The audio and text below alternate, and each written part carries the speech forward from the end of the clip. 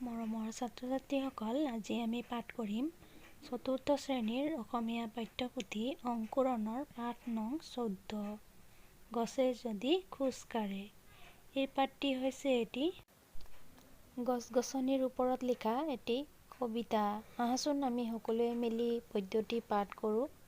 তাৰ আগতে যদিহে তোমালোকক আমাৰ এই ভিডিঅ'বিলাক ভাল লাগে তেনেহ'লে লাইক, শ্বেয়াৰ আৰু ছাবস্ক্ৰাইব কৰিবলৈ নাপাহৰিবা। তোমালোকে তোমালোকৰ পাঠ্যপুথিখনৰ পৃষ্ঠা নম্বৰ 126 উলিয়াই ল'বা। গছে যদি খোজ কাঢ়ে। গছে যদি আমাৰ দৰে পাৰে কথা ক'ব, গছে যদি খোজ কাঢ়ে কেনে মজা হ'ব। ফল আনি গছে যদি ঘৰে ঘৰে দিয়ে, আমাৰ পৰা মৰম চেনেহ পাতত বান্ধি নিয়ে।